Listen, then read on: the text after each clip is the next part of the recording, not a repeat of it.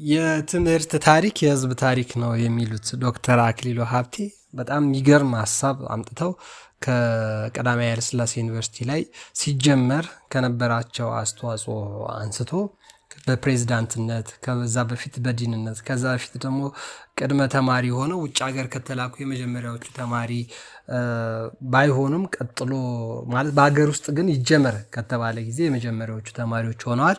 ግን ንጉሱ ለሀገሪቷ ሲባሉ ለትምህርት ሚኒስቴር ዶክተር አክሊሉ ሀብቴ ናቸው ይላሉ ፕሮፌሰር ጌታቸው ኃይሌ በመግቢያው ላይ። ስለዚህ እኚህ ሰው የመጀመሪያ ነጮችን በኢትዮጵያውያን መምህራን መተካት አለብን፣ አለዛ በህንፃ ኮሌጅ፣ በአለማያ እርሻ ኮሌጅ፣ በጎንደር ኮሌጅ፣ በባህር ዳር ንግድ ስራ ኮሌጅ፣ በአራት ኪሎ ዩኒቨርሲቲ ቀዳማዊ ኃይለ ሥላሴ ዩኒቨርሲቲ ኮሌጅ፣ በኮተቤ፣ በዊንጌት፣ በመነን፣ በተፈሪ መኮንን የነበሩት አብዛኞቹ መምህራን ነጮች ናቸው። አብዛኞቹ ማለት ዝም ብሎ ያለ ቁጥር አይደለም። በቁጥር ከ80% ያላነሰ ከ80 በመቶ 20% ቢሆን ነው ከመቶ 20 እጅ ቢሆን ነው ኢትዮጵያን መምህራን የነበሩት።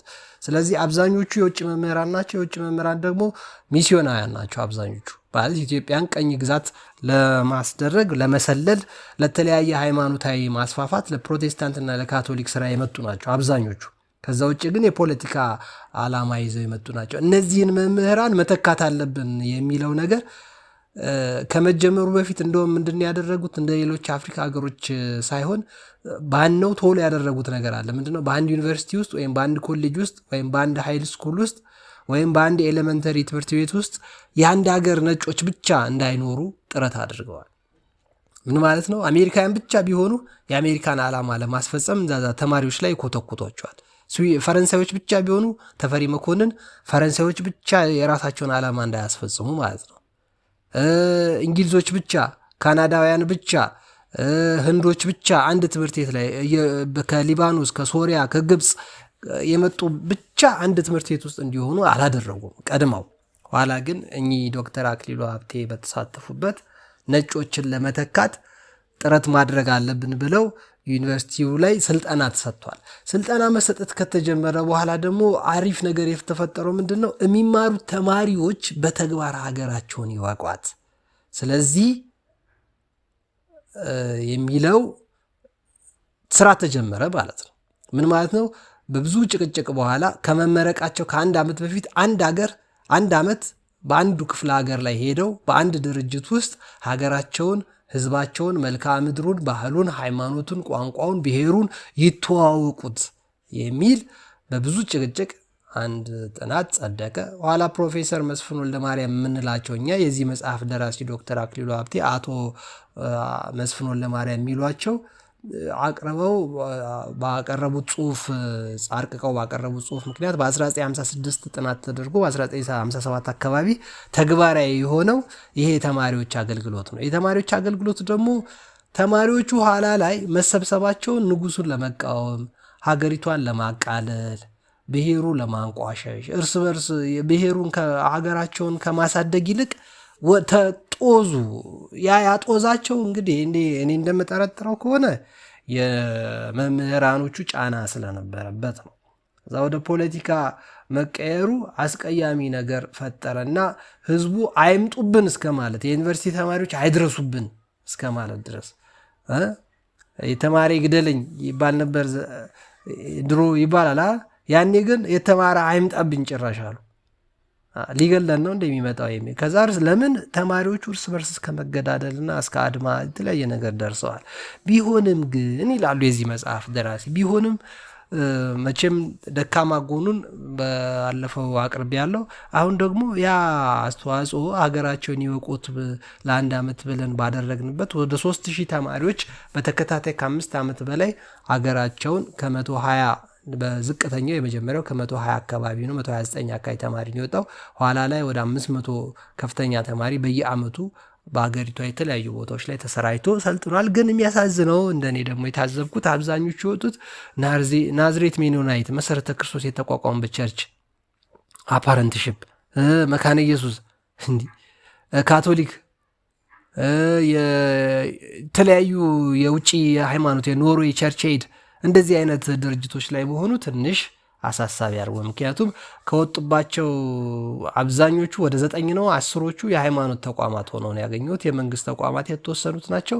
ለምንድነው ኦርቶዶክስ ቤተክርስቲያን ያልሄዱት? ቤተ ክህነትን ያልደገፉት? የኦርቶዶክስ የእርዳታ ድርጅቶችን ያላቋቋሙት? መምሪያዎች፣ ትልልቅ ድርጅቶች ያላቋቋሙት የሚል የኔ ቅራኔ ነበረኝ።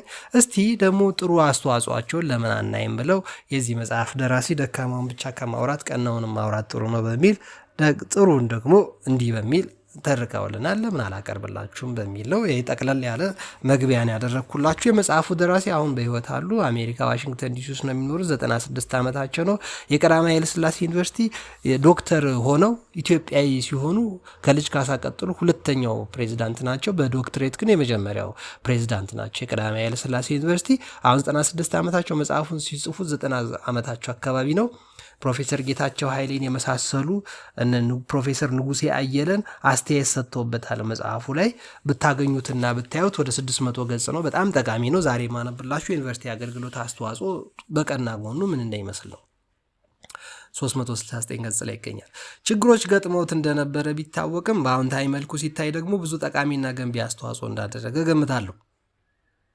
ይህንን ፕሮግራም በማህበራዊ ሳይንስ ምሁራን በሰፊው ለማስገምገም እቅድ ነበር። ሆኖም በነበረው ጠቅላላ የፖለቲካ ለውጥና በተለይም የተማሪዎች የፖለቲካ እንቅስቃሴ ምክንያት በሰከነ መንፈስ የታቀደ ግምገማ ለማካሄድ ሳይቻል ቀርቷል።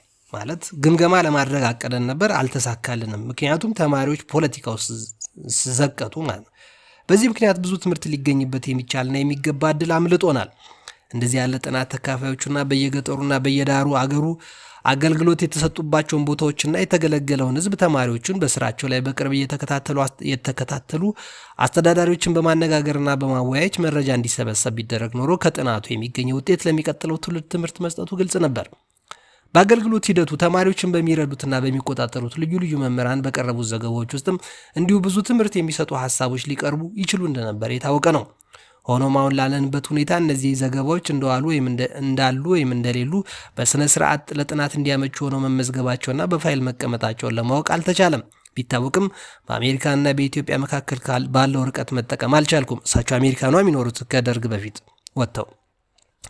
ለማናቸውም ከፕሮግራሙ አጀማመር ጀምሮ እስከ ዩኒቨርሲቲውን ለቅቄ እስከወጣሁበት ማለትም እስከ 1966 ዓመተ ምህረት ድረስ ጉዳዩን እከታተልና አንዳንድ መረጃዎችን በግል ፋይል አስቀምጥ ስለነበረ በሙሉም ባይሆን በከፊል ጠቃሚ መረጃዎች አግኝቻለሁ። በተጨማሪም የመጠነኛ ግምገማ ጥናት መረጃዎች ከልዩ ልዩ ቦታዎች ለማሰባሰብ ችያለሁ። ብዙዎችም በአገልግሎቱ ተካፋይ የነበሩና ዛሬ ከሀገር ውጭና በብዛትም በአሜሪካ የሚኖሩትን አነጋግሬያለሁ። ከሁሉም በላይ ስለ ፕሮግራሙ የግል ዝንባሌና እይታዬን በማከል የደረስኩበትን ግምገማ እንደሚከተለው አቀርባለሁ ይላሉ። ጠንሳሽና መሪ ስለነበሩ ነው የዚህ ፕሮግራም እንደዚህ የሚሉት። እና በጣም አሳዛኝ በሆነው ኢትዮጵያ ውስጥ ቢገኙ ምናልባት ከ60ዎቹ በላይ ከተገደሉት 60ዎቹ ከሚባሉት ውስጥ ምናልባት ሊገደሉ ይችሉ ይሆናል። ስለዚህ በህይወት ኖረው ይህን መጽሐፍ ለኛ ይህን ቁም ነገር ማካፈላቸውም ጥሩ ነው። ደግሞ አፓረንትሺፕ ዛሬ ለምንለው ዛሬ ራሱ እየተገመገመ አይመስለኝም። አፓረንትሺፕ ራሱ ግን ያኔ ብንገመግመው ኖሮ ጥሩ አስተዋጽኦ ያደርግ ነበረ አሉ። የትልቅ ሰው ናቸው፣ ትልቅ ሀሳብ ነው የሚያስቡት። ስለዚህ ዛሬም ገምግሙት፣ የምታደርጓትን የሙከራ ስራ ገምግሟት። ቢዝነስ ስትጀምሩ በሙከራ ከሆነ ገምግሙት። የሆነ ሃይማኖታዊ ተልእኮ ገምግሙ። ሀገራዊ፣ ብሔራዊ፣ ፖለቲካዊ፣ ኢኮኖሚያዊ፣ ምጣኔ ሀብታዊ፣ የንግድ፣ የኮሪደር ልማት፣ የቤት ግንባታ ገምግሙት። አሁን ለምሳሌ እኛ ባለንበት ሳይት የጠፉ ኮንዶሚኒየሞች አሉ። ሰምጠው አይደለም የጠፉት፣ ተበልተው ነው። ለምን ተበሉ? ጥናት ያስፈልጋል። ይሄ እኮ ለሚቀጥለው ወደፊት ለሚነሳው ትውልድ ይሄን ያህል ህንፃ በዚህን ያህል ጊዜ ይሄን ያህል ኮንትራክተር ተሰጥቶ ይሄን ያህል መሐንዲስ ተሳትፎበት ተሰርቋል፣ ከህዝቡ ኢኮኖሚ ላይ አገሪቷ ይሄን ያህል አታለች መባል አለበት። ጥራት ጎድሎታል። በጣም ብዙ ሳያልቁ ኮንዶሚኒየም ውስጥ አሁን በኮሪደር ልማት የተነሳው ህዝብ ያላለቀ ህንፃ ላይ ነው የገባው። እኔ እንኳን መስታወት፣ በር፣ መስኮት ባልነበረው ቤት ውስጥ ነው የገባነው። የእኛ ቤት እንኳን ለነጋዴዎች ተገቢ ካሳና ምትክ አልተሰጠም። ይሄ መገምገም አለበት። ለወደፊት ትውልድ ይጠቅማል። ምክንያቱም ኮሪደር አዲስ አበባ ብቻ አይደለም የሚሰራው፣ ልማት ያስፈልጋል። የዳርቻ ልማት፣ የመንገድ ዳርቻ ልማት በሀገሪቷ ያስፈልጋል። ሲለማ ግን እንዴት ይልማ? ወደ ሐዋሳ፣ ወደ ሰሜን፣ ወደ ምስራቅ፣ ወደ ምዕራብ፣ ወደ ፊት ልማት ሲካሄድ ከዚህ ልማት ማን ነው ልምድ መቀሰም ሰው ያስፈልገዋል። ልምድ ለማቅሰም ደግሞ መገምገም ያስፈልጋል። ለመገምገም ግን ብስለት ያስፈልጋል እና ከወከባ የጸዳ ስነ ስርዓት ያለው ማሰብ የሚችል ህግንና እውቀትን አጣምሮ ከስነ ምግባር ጋር የያዘ ትውልድ ያስፈልጋል ይላሉ የዚህ መጽሐፍ ደራሲ። ትልቅ ሐሳብ ነው። መጠቀም ዛሬ ማንም አይከለከልም። አገልግሎቱ መሰረታዊ ግቡን መጥቷልን ብለን ስንጠይቅ የዩኒቨርሲቲ አገልግሎት ፕሮግራም የተመሰረተበትን ዓላማ አሟልቷልን የሚለውን አብይ ጥያቄ በአዎንታዊ መመለስ ከተቻለ የተቀረው የንዑስ ደረጃ ውይይት ሂደት ነው። በዚህ ጸሐፊ እይታ መልሱ አጥጋቢና አዎንታዊ ገጽታ አለው።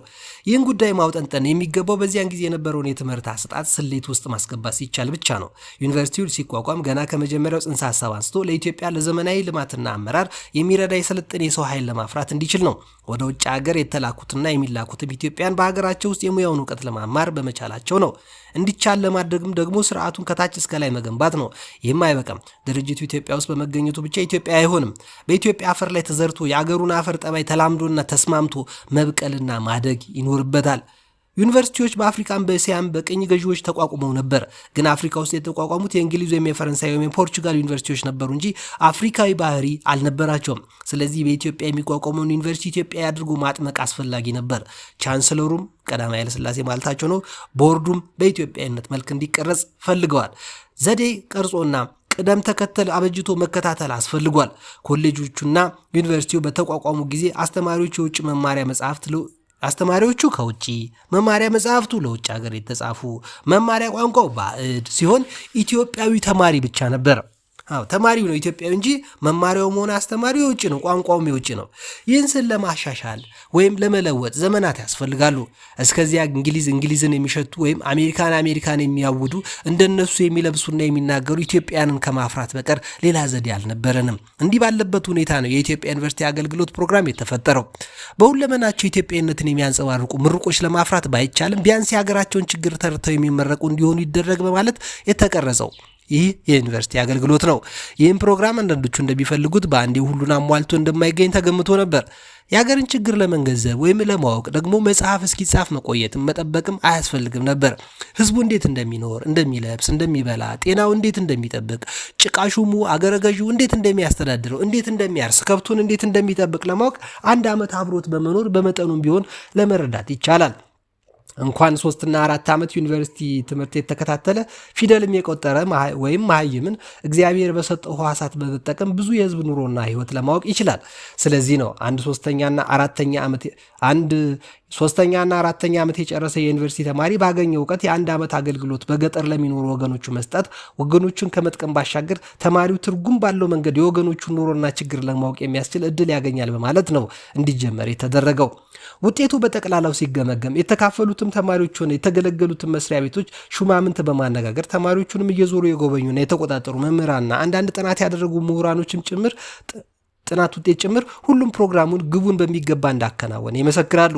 ይህም ደራሲ ቀደም ሲል ደጋግሞ እንዳቀረበው ፕሮግራሙ ግቡን እንደመታና ዛሬ እንደገና ስለ ፕሮግራሙ ምን ታስባለህ ቢባል ከአንዳንድ መሻሻል ጋር ይቀጥል በማለት ድምፅ እንደሚሰጥ ያምናል። ዶክተር አክሊሉ ራሳቸው እንደዚህ ይላሉ።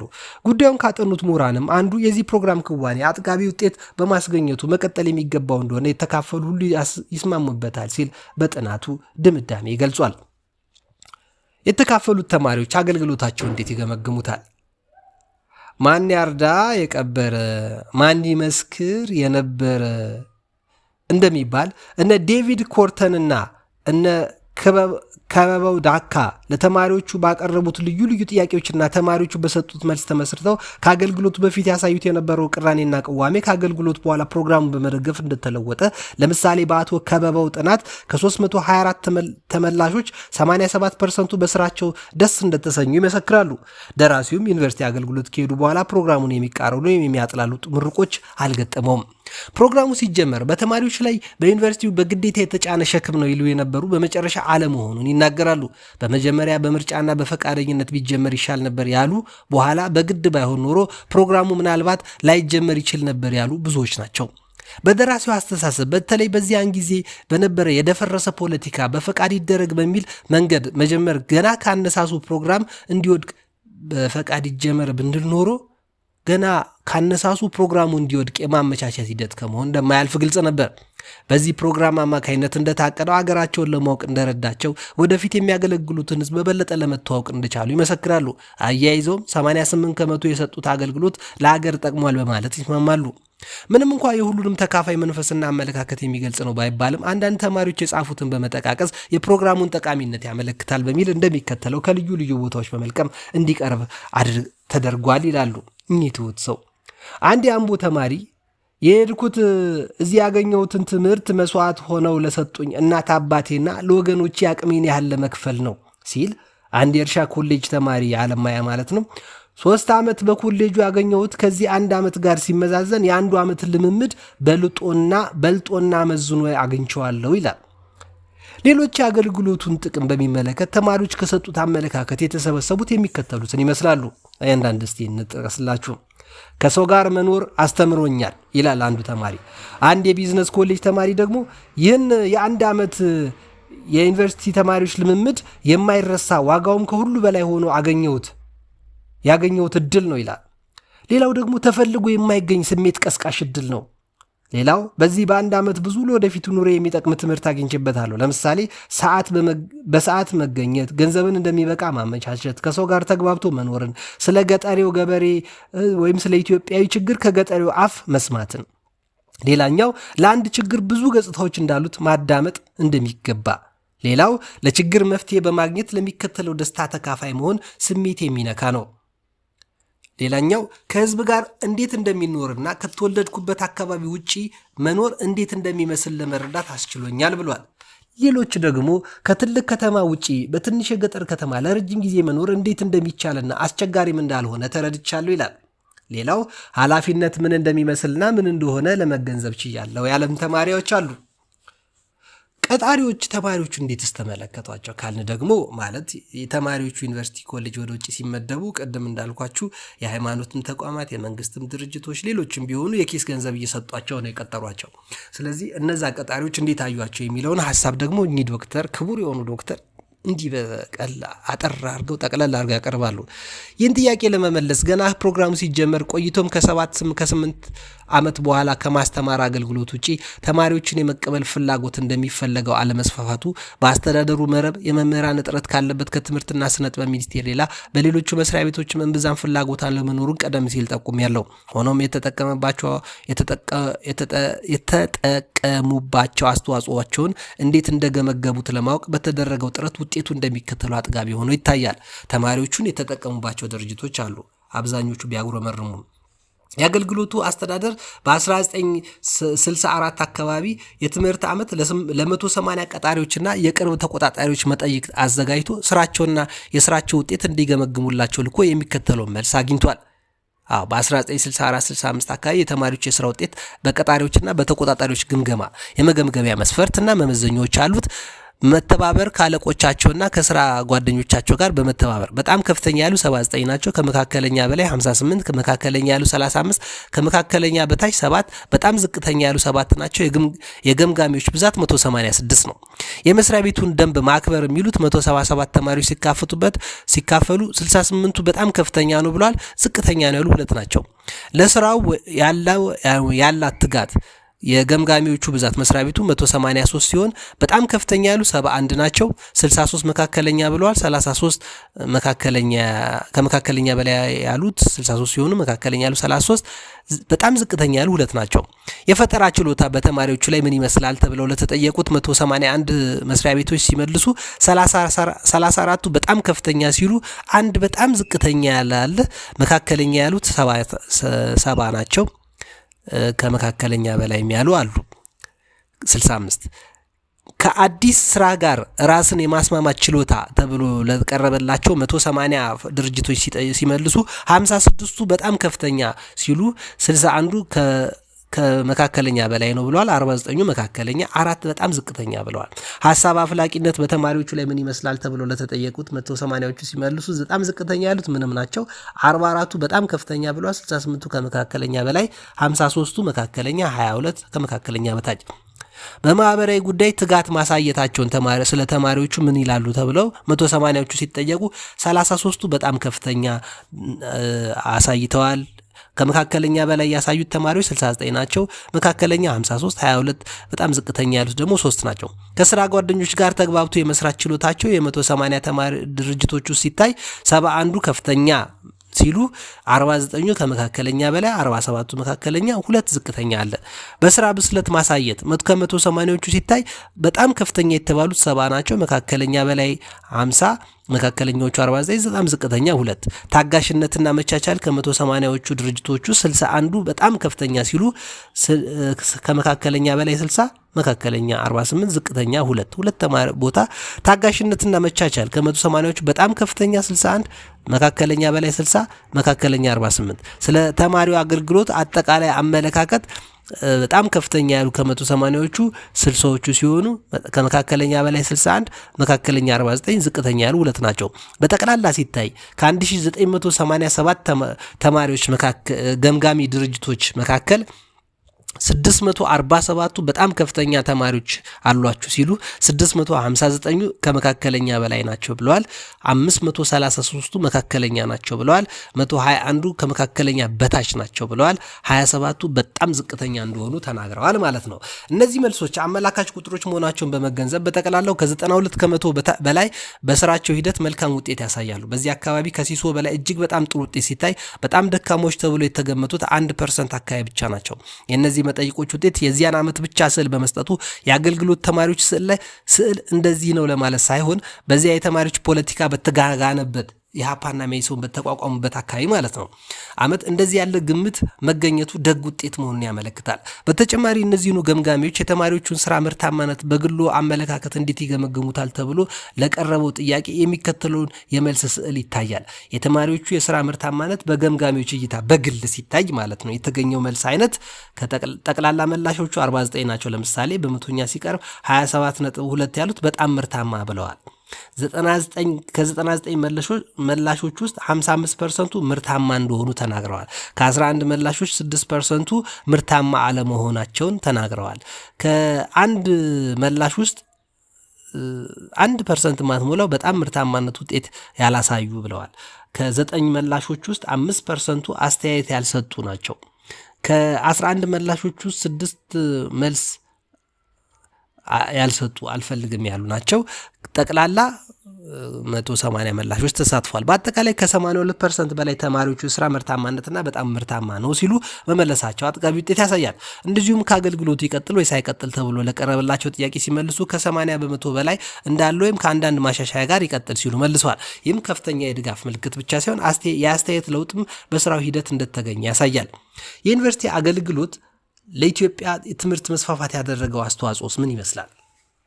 የዩኒቨርሲቲ አገልግሎትን በሚመለከት ተጨባጭ ውጤት የታየው በትምህርት ላይ ነው። የተማሪዎች ቁጥር በተለይም በመለስተኛ ሁለተኛ ደረጃ ትምህርት ቤቶች እንዲበዛ ከፍተኛ አስተዋጽኦ አድርጓል። በፕሮግራሙ ሂደት ቀደም ሲል እንዳቀረብነው የሁለተኛ ደረጃ ትምህርት ቤቶች እንዲስፋፉና በክፍለ ሀገር ደረጃ በብዙዎች ቦታዎች ከዓለም ባንክ በተገኘው ብድር የሁለተኛ ደረጃ ትምህርት ቤቶች በመሰራት ላይ በመሆናቸው ተጨማሪ አስተማሪ ማስፈለጉና በዩኒቨርሲቲው የአስተዳደር ችሎታና አቅም አኳያ ቢያንስ ለመጀመሪያ ጥቂት ዓመታት ከአንድ መስሪያ ቤት ጋር መስራቱ ተፈላጊ ነበር። ይህም መስሪያ ቤት የትምህርትና ስነ ጥበብ ሚኒስቴር በመሆኑ በጠቅላላው ከተሰማሩ ተማሪዎች መካከል 75% የሚሆኑት በማስተማር ስራ ላይ የተሳተፉ ናቸው። በ1964 እና 65 ወይም በፈረንጅ በ1973 እና 74 የትምህርት ዓመት መካከል በጠቅላላው ከተካፈሉ 3759 የዩኒቨርሲቲ ተማሪዎች 2771 በማስተማር አገልግሎት ላይ እንደተሰማሩ በአስተዳደሩ የቀረበው ስታቲስቲክስ ያመለክታል። በዚያን ጊዜ በአንዳንድ ቦታዎች ብቻ በአንድ ክፍል ውስጥ በመምህራንና በክፍል እጥረት የተነሳ እስከ 45 ልጆች እንዲማሩ ይደረግ ነበር። ዛሬ ከ80 መሆኑ 90 100 ተማሪ እንደሚማር አላወቁም ማለት ነው። በዚያን ጊዜ በአንዳንድ ቦታዎች ነው ያሉት አዩ በአንድ ክፍል ውስጥ በመምህራንና በክፍል እጥረት የተነሳ እስከ 45 ልጆች እንዲማሩ ይደረግ ነበር ይላሉ። መምህራን እጥረት ባይኖር እንደ ፈረንጅ ነበር ማለት ነው ያን ጊዜ ትምህርት ይሰጥ የነበረው። አያችሁ ዛሬም እኮ እንደዚሁ በዚህ ሰለጠነ በምንልበት በዚህ በ2017 ዓመተ ምህረት በአንድ ክፍል ውስጥ እኮ ከ50 በላይ ተማሪ ነው የሚማረው። ይህ ጸሐፊ በ1965 በፈረንጅ ነው። በእኛ በ1957 አካባቢ የአንድ ዓመት የምርምር ፈቃድ ወይም ሳባቲካል ወስዶ የኢትዮጵያን ትምህርት ቤቶች ከኤርትራ እስከ ጋሞ ጎፋ ከወለጋ እስከ ሐረርጌ በመሄድና በመጎብኘት የትምህርት ቤቶቹ ሁኔታና በተለይም መምህራን የማስተማር ስራቸውን በብዛት እየለቀቁ የሚሄዱበትን ምክንያት በማጥናት ላይ በነበረ ጊዜ በአንድ ክፍል ውስጥ እንዲገኙ የሚመደቡት ተማሪዎች ቁጥር ከ35 እስከ 45 እንደነበረ ዘግቧል። የዩኒቨርሲቲ አገልግሎት ተማሪዎች ከ100 ሺህ እስከ 125 ሺህ ተማሪዎች አስተምረዋል ማለትም ይቻላል ይላል። በጀትን በሚመለከት ደግሞ በጊዜው የነበረውን የመንግስት የደሞዝ እርከን መሰረት በማድረግ በወር 350 ብር የነበረውን በአማካይ ቁጥር በወር 175 ብር በአመት ለ10 ወራት ብቻ የመኖሪያ አበል እንዲከፈል በመደረጉ በትንሹ ወደ 7 ሚሊዮን ብር ለማዳን አስችሏል ማለት ነው። ይህ ሂሳብ ከውጭ መምህራን ቢቀጠሩ የትራንስፖርታቸውና የቤት አሏንስ የመሳሰሉትን ሳይጨምር በመሆኑ በጀቱ በጥፍ ከፍ ሊል መቻሉን መገመት ይቻላል። ይህን አስተዋጽኦ በቀላል መመልከት አይገባም። የአገልግሎቱ ፕሮግራም ባይዘረጋ ወይ ተጨማሪ በጀት መመደብ፣ አለበለዚያም የትምህርት እድል መታጠፍ ነበረበት ማለት ነው። በተጨማሪም ከማስተማሩ ሌላ ማንም በስራው የሚተጋ መምህር እንደሚያደርገው ተማሪዎችን በመርዳትና ቤተ መጻሕፍት በማቋቋም በስፖርትና በሌሎች ከትምህርት ውጭ በሚደረገው እንቅስቃሴዎች ማህበረሰቡን በመርዳት የተካሄዱት አስተዋጽኦች በገንዘብ ቢታሰቡ አስተዋጽኦቹ እጅግ ከፍ ብሎ እንደሚገኝ መጠራጠር አይቻልም። እንግዲህ ተማሪዎቹ የራሳቸው በትምህርት ጠቅመው ወገኖቻቸውንም ጠቅመዋል።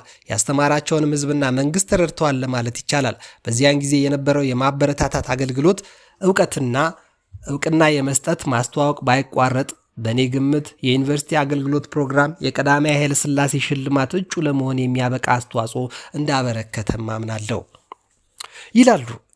የዩኒቨርሲቲ አገልግሎት ፕሮግራም ለተማሪዎች ብቻ ሲሆን ለዩኒቨርሲቲው መምህራንም የኢትዮጵያን የልማት ደረጃ በማወቅ ከችግሩ ጋር በመተዋወቅ ራሳቸውን ጠቅሞ ተማሪዎቻቸውንም በሚሰጡት ትምህርትና በሚያቀርቡት ምሳሌዎች፣ መረጃዎች፣ በቋንቋ አጠቃቀም የተሻለና የበለጸገ ትምህርት በመስጠት እንደተጠቀሙ ብዙዎች ባቀረቡት ዘገባ ገልጸዋል።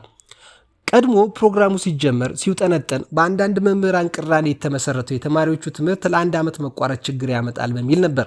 በኋላ ግን አብዛኞቹ መምህራን አገልግለው የተመለሱትን ተማሪዎች በመገምገም እንዲያውም በስለውና አስተያየትም ሲሰጡ ቀደም ሲል እንዲህ መሆን አለበት በማለት ጭልጥ ያለ አስተያየት ከመሰንዘር የተቆጠቡ ሆነው መገኘታቸውን ከፍተኛ ቅራኔና ቅዋሜ ቢያሰሙም እንደ በፊቱ ሳይሆን ባገኙት ልምድ ተመስርተው ይናገሩ እንደነበር መስክረዋል። ጠቅላላ የልማት እድገት አስተዋጽኦ ሲታይ ደግሞ የዩኒቨርሲቲ አገልግሎት ከማስተማር አገልግሎት ውጭ ከተሰማሩት ጠቅላላ ተማሪዎች 25 ከመቶ የሚሆኑት በቁጥር 988 በሌሎች ልዩ ልዩ ቦታዎችና ስራዎች የሰጡትን አገልግሎት እንደሌላው አብይ አስተዋጽኦ አድርጎ ማየት ይቻላል። በፋብሪካዎችና በልዩ ልዩ የመንግስት ድርጅቶችና መስሪያ ቤቶች፣ በግልና በሚስዮን ትምህርት ቤቶች አያችሁ ለሃይማኖት ድርጅቶች ነው የተመደቡት። በምርምር ጣቢያዎች፣ በአንደኛ ደረጃ ትምህርት ቤት ስራዎች፣ በገጠር ጤና ጣቢያዎች፣ በሆስፒታሎችና በማዕድን ፍለጋ ምርምሮች በመሰማራት አገልግለዋል። ከስዊድን የመጡት ፈቃደኞች ጋር የህንፃ ኮሌጅ ተማሪዎች የአንደኛ ደረጃ ትምህርት ቤቶች በኢሉባቡር ክፍለ ሀገር ሲሰሩ፣ በመንደርና በአካባቢ ጤና ጥበቃ ስራ የጎንደር ጤና ጥበቃ ተማሪዎች በቡድን በጎንደርና በጎጃም ሲያገለግሉና ከሰላም ጓድ ፈቃደኞች ጋር የአሜሪካው ማለት ነው በጂማና በቦንጋ ሲያስተምሩ ተመልክቻለሁ። የሚሰሩ ስራ ደስ የሚያሰኙ ነው አግኝቼዋለሁ። የዩኒቨርሲቲ አገልግሎት እንድታለመውና እንድተቀረጸው በስራ ሂደት ሲፈጸም ተመልክቻለሁ ይላሉ የዚህ መጽሐፍ ደራሲ። ትንሽ ቅሬታዬ በዚያን ጊዜ በቂ ገንዘብ መድቦ የሚሰሩትን ስራዎች በደንብ በመመዝገብ እንዲቆዩ አለመደረጉ ነው። ከዚህም የተነሳ በአጠቃላይ ከመናገር ዝርዝር የተፈጸሙ ስራዎችን በማቅረብ የበለጠ የፕሮግራሙን አስተዋጽኦ ውጤት ለትውልድ ማቆየት ይቻል ነበርና አሁንም ቢሆን ከታሪክ መማር የሚፈልግ አመራር ካለ ፍላጎቱና ድጋፉ ከተሰጠ መታረም የሚችል ድክመት እንደሆነ እረዳለሁ ሲሉ ዶክተር ጌታቸው ኃይሌ በ90 ዓመታቸው ከ40 ዓመት በፊት የሰሩትን ስራ ሪፖርት ያቀርቡልናል። ማጠቃለያ የዩኒቨርሲቲ አገልግሎት ፕሮግራም የተቋቋመውና ስራውን እንዲጀምር የተደረገው በ1964 በፈረንጅ ነው። በ1956 አካባቢ የትምህርት ዓመት ነው። ዩኒቨርሲቲው በይፋ ከተመሰረተ ከ3 ዓመት በኋላ መሆኑ ነው። ዩኒቨርሲቲው የተመሰረተው በ1954 ከሆነ በ1957 በ53 ከሆነ በ1956 ማለት ነው።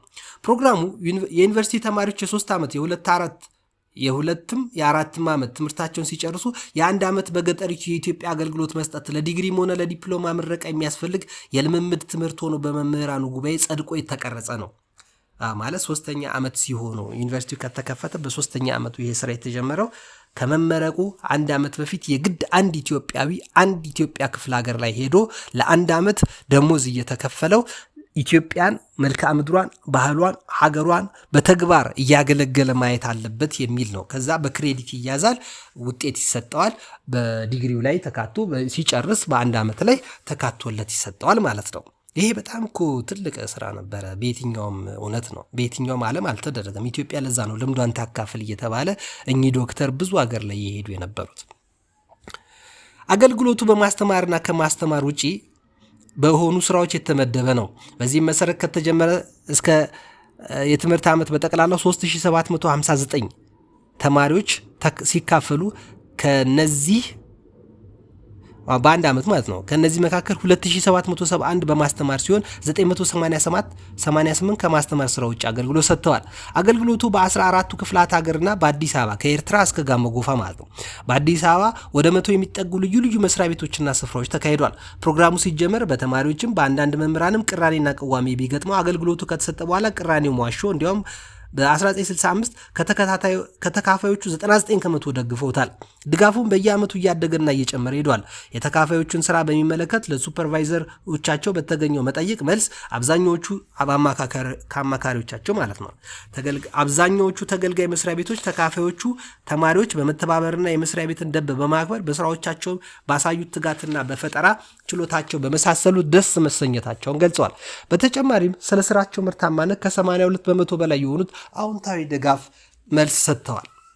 ይህ እኮ ዛሬም ቢኖር አሁን ደስ ይላል። የዩኒቨርሲቲ ተማሪ ለምሳሌ እኔ ዲግሪ ስማር 4 ዓመት ከመጨረሴ በፊት 3ኛ ዓመት ላይ ያለው 1 ዓመት ወጥቼ በተግባር ሀገሬን ባገለግል ትንሽ የኪስ ገንዘብ እየተሰጠኝ ከዛ ቀጥዬ 1 ዓመት ሪፖርቴን ይዤ መጥቼ ብማር ማለት መሬት የረገጠ ትምህርት ኢትዮጵያን የሚጠቅም ትምህርት አገኝ ነበር። ይሄ ተዋክቦ የቀረ አገሪቷን ገደል የከተተ ፕሮግራም ያለው ይመስለኛል። በዚያ ላይም ለሚሽነሪዎች ደግሞ መታሰቡ ከሄዱት ውስጥ አብዛኞቹ የሚሽን ትምህርት መሳተፋቸውም የራሱ ጫና ነበረው።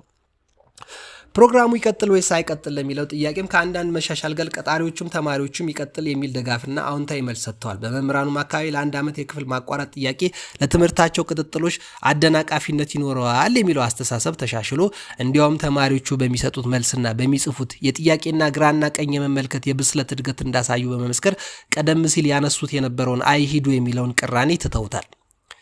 ይህ ሁሉና ሌላም ሲተነተን በተማሪዎቹም ሆነ በአስተማሪዎቹ በጣም ጥቂት ቁጥሮች ያላቸውን ቅራኔ እንዳልተውም ይታዩ ነበር። ጉዳዩም የፖለቲካ እይታና የትምህርት ፍልስፍና ልዩነት ሆኖ ነበር የሚከሰተው። በጠቅላላው ሲገመገም ግን የዩኒቨርሲቲ አገልግሎት ፕሮግራምን ግቡን በሚገባ እንደመታና ዓላማውን እንደፈጸመ ይታያል። ይህም በዩኒቨርሲቲ ታሪክ የሚያኮራ የሥራ ክንውን ነው። እንደዚህ ያለ ፕሮግራም ሙሉ በሙሉ ተመሳሳይ ባይሆንም በዓለም ውስጥ ከአፍሪካ ውጭ ቻይና፣ ሩሲያ፣ ኩባ በአሜሪካም ትምህርት ከልምምድ ጋር አያይዞ የመስጠት ሙከራዎች እንዳሉ ይታወቃል። በአህጉራችንም አፍሪካ ውስጥ በዛምቢያ፣ በታንዛኒያ፣ በዛየር ወይም ኮንጎ ዛሬ ኮንጎ የምትባለው በመንግስት ደረጃ የ1 ዓመት ብሔራዊ አገልግሎት ደንብ ወጥቶ ሲሰራበት ታይቷል። እኔም ጎብኝቻቸዋለሁ። ጋናና ናይጄሪያም የ1 ዓመት ዩኒቨርሲቲ አገልግሎት ከዩኒቨርሲቲ አስተዳደር ውጪ እንዲካሄድ ይገፋፉ እንደነበር አውቃለሁ። በእስያ አህጉርም ማሌዥያ፣ ፊሊፒንስ፣ ታይላንድ፣ ኔፓል፣ ኢራንና ኢንዶኔዥያ የተለያዩ የልምድ ፕሮግራም በማካሄድ ወይም በውይይት ደረጃ እንደነበሩ አውቅ ነበር። ተሳትፌያለሁም። ግን እነዚህ ሁሉ ፕሮግራሞች በአመዛኙ የመንግስት አገልግሎት ፕሮግራሞች ነበሩ። የቀዳማዊ ኃይለ ሥላሴ ዩኒቨርሲቲ የ1 ዓመት አገልግሎት ግን ተደጋግሞ እንደተገለጸው የዩኒቨርሲቲ ደንብ ለምረቃ የሚጠይቅበት አገልግሎት ፕሮግራም ነው። ዓለም ላይ ከነበረው ይለያል። በዚህ ሂደትና መልክ ሲታይ ብቸኛ የፈጠራ ሙከራ ነው። እንደዚህ ያለ ፕሮግራም እንዳለ በዘመኑም ሆነ በኋላ ብዙ ክትትል አድርጌያለሁ። በሌላ ሀገሮች ይኖር ይሆን አይኖር ይሆን የሚለውን ማለት ነው። ይህም ፕሮግራም በቅርቡ የሚመሳሰል ሆኖ ያገኘሁት በማሊ ወይም በምዕራብ አፍሪካ ኩሊኮሮ በሚባል ቦታ ተቋቁሞ የነበረው የገጠር ፖሊቴክኒክ ኢንስቲትዩት ተብሎ የሚጠራው ብቻ ነው። በዚህ ፖሊቴክኒክ ኢንስቲትዩት ተማሪዎቹ ቢያንስ የ8 ወር ልምምድ እንዲያደርጉ ግዳጅ በመሆኑ ብዙዎቹ ያነጋገርኳቸው የአገሩ ምሁሮችና በዓለም አቀፍ ደረጃ ለምሳሌ ዩኔስኮ ከኩሊኮሮ የሚመረቁት ወጣቶች ለአገሩ ሁኔታ እጅግ የሚስማሙ ሙያተኞች ሆነው እንደሚዘጋጁ ለጉብኝት በሄድኩበት ጊዜ አነጋግረውኛል። በተለይም ምሩቆቹ በህይወት ሂደታቸው በበላይነት የመታየት ለህብረተሰቡ ቁንጮ የመሆን አመለካከት ኤሊቲዝም ወይም የሊቅነት እንደሚያንጸባርቁ ሆኖ መታየታቸው ከሌሎቹ ምሩቆች እንደሚለያቸው ማስረድተውኛል። እንደማያንጸባርቁ አዎ የበላይ ነኝ አይነት ፈላጭ ቆራጥነት አልታየባቸውም። የዩኒቨርሲቲ አገልግሎት ዝና ቀስ በቀስ በዓለም አካባቢ መሰማት ቻለ። የዓለም አቀፍ ፈቃደኞች አገልግሎት ጽሕፈት ቤትም ዝናውን ሰምቶ ጎበኘልን። መጎብኘት ብቻ ሲሆን ፕሮግራሙን በሚመለከት አንድ ልዩ መጽሔት እንዲታተም አድርጓል። ይህም ጸሐፊ ዩኒቨርሲቲዎችና ልማት በሚል ርዕስ ራሳቸው ዶክተር አክሊሉ ሀብቴን ማለታቸው ነው። ራሳቸውን ሲገልጹ ነው ይህም ጸሐፊ ያሉት። ዩኒቨርሲቲዎችና ልማት በሚል ርዕስ ታላላቅ ፋውንዴሽኖችና የዓለም ባንክ ጭምር በቤላጂዮ ኢጣሊያ በሮክፌለር ማዕከል ባደረጉ ከፍተኛ ጉባኤና በተከታታይም በኢንተርናሽናል ካውንስል ልማት ጽሕፈት ቤት አስተባባሪነት በተካሄዱት ዓለም አቀፍ ጥናቶች የአፍሪካ አህጉር ጥናትን በመሪነት ተመርጦ ባካሄደ ጊዜ የዩኒቨርሲቲ አገልግሎትን ፕሮግራም በሰፊው ለማስተዋወቅ እድል አጋጥሞት ነበርና ተጠቅሞበታል ይላሉ። ከዚህ የተያይዞ ፕሮግራም ተጠቅሜበታለሁ እኮ ነው የሚሉት። በጣም እኮ ትልቅ ሰው ናቸው። አሁን ማን ነው ተጠቅሜ ያለው? በሀገሬ ሚኒስቴር በመሆኔ የውጭ ጉዳይ ሚኒስቴር በመሆኔ አምባሳደር በመሆኔ ተጠቅሜ ያለው የጤና ጥበቃ ሚኒስቴር በመሆኔ የትራንስፖርት ሚኒስቴር በመሆኔ ተጠቅሜ ያለው የሚል ማን ነው? የዩኒቨርሲቲ ፕሬዝዳንት በመሆኔ ይሄ እድል ገጥሞኝ ይሄን ተጠቅሜ ያለው ትልቅ ልምድ ነው። ቄስ በመሆኔ ፓስተር በመሆኔ ሼክ በመሆኔ ሹፌር በመሆኔ ተጠቅሜ ያለው እኮ የሚል የለም። ሁሉም የሚያጉረመርም ነው የሚበዛው። እንደ ጤነኛው በየክፍለ ሀገሩ ያለው ነው። ከተማ ቀመስና እውቀት አለኝ የሚለው ጋር ግን ተጠቅሜ ያለው የሚል ሰው እኔም ራሴ እንደ እድል ብዙ አልገጠመኝም። በጣም ጥቂት ናቸው እንደዛ የሚሉት። ከዚህም ተያይዞ ፕሮግራሙን ለመጎብኘት ከአፍሪካና ከሌሎች ሀገሮች ጎብኚዎች እየመጡ ስለ ፕሮግራሙ ይጠይቁ ነበር።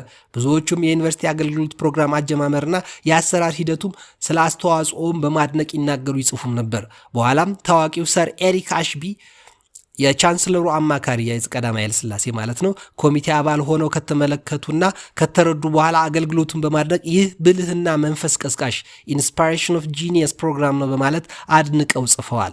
ከዚያ አምቢያ ዩኒቨርሲቲ ለጉብኝት የመጣው ቡድንም በጻፈው ሪፖርት እንዲሁ የሚደነቅ ሙከራ ነው ሲል ጽፏል ይላሉ ዶክተር አክሊሉ ሀብቴ 26 ምንጮችን በመጠቀም በጻፉት በዚህ ምዕራፍ ላይ ማለት ነው። በምዕራፍ 6 ወይም በምዕራፍ 7 ምንጮቻቸውን በብዛት ጳውሎስ አስራት ስለ ቀዳማዊ ኃይለ ሥላሴ ዩኒቨርሲቲ ብሔራዊ አገልግሎት የተደረገ ጥናት ለልጅ ካሳ ወልደ ማርያም ዩኒቨርሲቲ ፕሬዝዳንት ያቀረቡት በ1956 ተጠቅመውበታል። ከዚህ በታች የቀረቡ ሀሳቦች በአቶ ጳውሎስ ሊቀመንበርነት ተጠንቶ በቀረበው ነው ይላሉ። መስፍን ወልደ ማርያምም the concepts of Ethiopia University Union Students the Ethiopia University Service የሚል ፕሮፌሰር መስፍን ወልደ ማርያም ምንላቸው the concept of Ethiopia University Service የሚል ጽሑፍ ጽፈዋል። እሱንም ተጠቅም ያለው ይላሉ። ሚኒትስ ኦፍ ዘ ኤክዚኪዩቲቭ ኮሚቴ ፌብሩዋሪ 1964 and ሚኒትስ ኦፍ ዘ ፋካልቲ ካውንስል 1964 በ1957-58 አካባቢ የተደረገ ቃለ ጉባኤም ተጠቅም ያለው ይላሉ። ዘ ኮንሶሊዴት ሌጂስሌሽን ኦፍ ዘ ፋካልቲ ኦፍ ካውንስል ተሱንም ተጠቅም ያለው ቦርድ ቃለ ጉባኤት የኢትዮጵያ ዩኒቨርሲቲ ሰርቪስ የኢትዮጵያ ዩኒቨርሲቲ ሰርቪስ ይሄም ከአክሊሉ ሀብቴ ከራሳቸው ማለት ነው አንድሪው አንቸው ኳራምቢ ዲያና the public service role of university የኢትዮጵያ ዩኒቨርሲቲ ሰርቪስ ከሚል ጽሑፍ ላይ ተጠቅም ያለው የቀዳማዊ ኃይለ ሥላሴ ቻርተርን ተጠቅም ያለው የዚህ ክፍል ውይይት የተመሰረተው ደግሞ ይላሉ በአንደኛው ክፍል ላይ አክሊሉ ሀብቴ the public service role of the university እኚህ ዶክተር አክሊሉ ሀብቴ ጥሩ ስናት ጽፈዋል ማለት ነው። general information on ኢትዮጵያ ዩኒቨርሲቲ ሰርቪስ የሚሉት ሌላው to the president የጻፉት በኢትዮጵያ ዩኒቨርሲቲ ስቱደንት ፓርቲሲፓንት ሪዞሉሽን ሴፕተምበር ላይ አሶሲዬሽን አካዳሚክ ቫይስ ፕሬዚደንት ዩኒቨርሲቲ ኮሚኒቲ በሚለው ሪቪው ኦፍ ዘ ፕሬዘንት ኢትዮጵያ ዩኒቨርሲቲ ስቱደንት ሲቹዌሽን የሚልም ተጽሑፍ አለ። ዴቪድ ኮኸርተን የጻፈውም አለ ናሽናል ዩኒቨርሲቲ ስቱደንት ኢን የር ኦፍ ሩራል ሰርቪስ የሚላለ ክበበው ደካ ሰርቬይ ኦን ዘ አቲቲዩድ ኦፍ ኢትዮጵያ ዩኒቨርሲቲ ስቱደንት ፓርቲሲፓንት ቱዋርድ ዘ ፕሮግራም ኤንድ ሪሌትድ ፕሮብለምስ የሚል በ1973 በእኛ 66-67 አካባቢ የተጻፈ የኢትዮጵያ ዩኒቨርሲቲ ሰርቪስ የሚል ሌላም በ1973 በፈረንጅ ሚል ተጠቅም ያለው ይላሉ። ሌላው ለየት የሚለው ቀደም ሲል ባንቦም ይህን ጽሑፍ ባዘጋጀሁበት ጊዜ ቅጂ አግኝቼ ልመለከተው አልቻልኩም በማለት የተለያዩ የተጠቀሙትን ምንጮች እስከ ምዕራፍ 8 ወይም እስከ ገጽ 381 ድረስ የዚህ መጽሐፍ ደራሲ ጥሩ ግምገማ ከሰራ ነው ጽራ አንጻር ምን ይመስላል የሚል ስለ የማታ ትምህርት ከማውራታቸው በፊት ማለት ነው። ቀጣዩ ምዕራፍ ስለ ማታ ትምህርት ስለሆነ የሚያወራው የዩኒቨርሲቲ ተማሪዎች አገልግሎት በ1956 57 58 59 60ዎቹ አካባቢ የተሰጠው ምን ይመስላል ማለት ዩኒቨርሲቲ ቀዳማዊ ኃይለ ሥላሴ ዩኒቨርሲቲ ከተጀመረ በ3ኛው ዓመት ጀምሮ ተማሪዎች ወደ የክፍለ ሀገር ይሄዱ ሀገራቸው እንዲያዩ ጥረት ተደርጓል ይላሉ። ያው እሳቸው ባይጽፉልንም በዚህ ዘመን ካለው አንገብጋቢ ርዕሰ ጉዳይ አንጻር እኔ የምመለከተው የሄዱባቸው ከ8 9 10 የማያንሱ የፕሮቴስታንት የካቶሊክ ሃይማኖት ተቋማት ዛሬም ያን ያህል ቁጥራቸው እኮ የተጋነነ አይደለም ቢሰፉም። ካቶሊክ በእርግጥ 1% አትሞላም፣ ፕሮቴስታንት ግን 18% ደርሰናል የሚል ብዙ ቦታ ሲያወሩ ሰምቻለሁ። በተለይ መስቀል አደባባይ ላይ በክብርት አዳነች አቤቤ ተፈቅዶላቸው ሳር ቤት የሚገኘው ዘጸአት አፖስቶሊክ ቸርች የሚባለው የፕሮቴስታንት በፓስተር ጆን የሚመራው ይሄ 18 ሚሊዮን ምንድነው የ18% የፕሮቴስታንቶች ምንድነው ነው ያለው አደባባይ ነው። ጥር 21ን ይሄን አደባባይ የኛ ቀን አድርገናል ብሎ ያው የጎፈላ ሲያወራ ሰምቻለሁ። እንደዛ ተወጣጥሮ ሲያወራ እንደሰማሁት ከሆነ 18% ፕሮቴስታንት እንደደረሰ ነው። ያው አብዛኛው የወጣው መቼም ከኦርቶዶክስ ነው ይታወቃል። ይሄም እንግዲህ የዩኒቨርሲቲ ትምህርት ከስር ከሰደደ አቡነ ቴዎፍሎስ ከተገደሉ ቤተ ክህነቷ በብዙ መንግስታዊ ጫና ውስጥ 60ዎቹ ሚኒስትሮች ከተገደሉ ንጉሷንና ብፁዕ አቡነ ቴዎፍሎስ 4 ኪሎ ላይ ሪል ስቴት ሳይፈጠር በፊት ይሄ ሁሉ ሪል ስቴት እንደ አሸን ሳይፈላ በፊት ከ40 ዓመት በፊት 2 ባለ 11 መንታ ፎቅ ያቆሙ እኚህን የመሰሉ ግዙፍ ፓትሪያርክ ከተገደሉ በኋላ ቤተ ክህነቷን ምንም አያውቁም በሚባል አቡነ ተክለ ሃይማኖት የሚባሉትን ከወላይታ መነኩሴ አምጥተው ብፁዕ ቅዱስ አቡነ ተክለ ሃይማኖት ብሎ ከተሾሙ በኋላ ስራ አስኪያጁ አሁን የሚሾሙት ስራ አስኪያጆችም ያው ጫና አለባቸው። የድሮዎቹ ግን ቀጥታ የፖለቲካ ሹመት ከዛ ኢህአዴግም ሲመጣ አቡነ መርቆሪዎስን አሰድዶ የራሱን አቡነ ጳውሎስን ከዛ ልዩ ልዩ አብያተ ክርስቲያናትን በትግራይ ብሔረሰብና ፖለቲካው ላይ ምንም ተጽዕኖ አይፈጥሩብኝም የሚላቸውን የሚፈልጋቸውን ሰዎች የተለያዩ ቁልፍ የቤተ ክርስቲያን ቦታዎች ላይ በመሾም አሁንም ደግሞ ቀጣይነት ያለው የትግራይ የኦሮሞ ቤተ ክህነት የትግራይ ቤተ ክህነት የተለያዩ ቤተ ክህነቶች በመፍጠር አማራንም የማዳከም ትግሬንም የማዳከም ኦሮሚያም ላይ የኦርቶዶክስ ቤተ ክርስቲያን ሽባ እንድትሆን የማድረግ ስራ እየተሰራ ነው። ይሄ እንግዲህ በዩኒቨርሲቲ ተማሪዎች አገልግሎት ውስጥም የነበረ መስሎ ተረድቻለሁ። ምክንያቱም ወደ 10 ድርጅቶች ከወጡባቸው መካከል አብዛኞቹ ተማሪዎች የሄዱት ሚሽነሪዎች ጋር ነው። የካቶሊክ እና የፕሮቴስታንት ናዝሬት ሜኖናይት፣ ደብረ ዘይት የሆነ ሃይማኖት፣ ከዛ ደግሞ የካቶሊክ ቅዱስ ማርያም፣ የኖርዌይ ቸርች ኤድ የተለያዩ ድርጅቶች ላይ ነው የወጡት። ዩኤስኤድ የመሳሰሉት ላይ ተጋልጠዋል። ተማሪዎቹ ንጹህ ከነጭ ለመለየት ገበሬውን እንዲያውቅ ተብለው ቢሄዱም ቀጥታ ደግሞ ያረፉት የራሳቸው ድርጅቶች ላይ ሆኗል። ይሄም የራሱ ጫና መጠናት አለበት፣ ጥናት የሚፈልግ ነው በጣም። እዚህ ላይ የዩኒቨርሲቲ ተማሪ አገልግሎት ከሃይማኖት አንጻር ተጠንቶም ከሆነ ባይ ደስ ይለኛል። እንደው ያላችሁ ሰዎች ብታቀብሉኝ ደስ ይለኛል። ምክንያቱም አሁን ያለው ኦርቶዶክስ ላይ ጫና ያኔ የጀመረ መስሎ ተሰምቶኛል ይህን ጽሑፍ ሳነብ። ማለት ከመንግስት አንጻር ከትምህርት አንጻር የዩኒቨርሲቲ ተማሪዎች አገልግሎት ከፖለቲካ አንጻር ነው እንጂ ታየው ከሃይማኖት አንጻር አልታየም። ምክንያቱም ኦርቶዶክስን አግልሎ ነው የገጠመ ያየሁት። ምንም እንኳን ልምዱ ጥሩ ቢሆንም ማለት ነው ብቸኛው እንደሆነ መስማታችንም ሀገር በቀል እንደዚህ አይነት አገልግሎት በኢትዮጵያ ደረጃ መጀመሩ ይሄ ድንቅ ነው በእውነት። ተማሪዎች ከመመረቃቸው ከ1 ዓመት በፊት በተግባር ይወቁት የሚለው እንደውም ወደ ሃይስኩል ሁሉ ቢወርድ ክረምቱን የግዴታ የሆነ ስራ ሰርተው እንዲመጡ በየክረምቱ ቢደረግ ብዬ አስባለሁ። ይሄ ስራዎች እንደው መወራቱ ራሱ ጥሩ ነው። በየቤተሰቡና በየአካባቢው የሚያነቃቃ ነገር ያመጣል ብዬ አስባለሁ። ለማንኛውም ያነበብኩላችሁ ጫና ፈጥሬም ቢሆን ከብዙ ከራሴ ጠንከር ያለ ደስ የማይል እንግዲህ ነገር ካለኝ ትነግሩኛላችሁ። ግንዛቤ ጋር ይሄን ይመስላል የዩኒቨርሲቲ ተማሪዎች አገልግሎት። በዚህ መልኩ ይቆየን። በቀጣይ እስክንገናኝ ድረስ መልካም ጊዜ። ሀሳብ አስተያየቶቻችሁ እንደተለመደው አቀብሉ።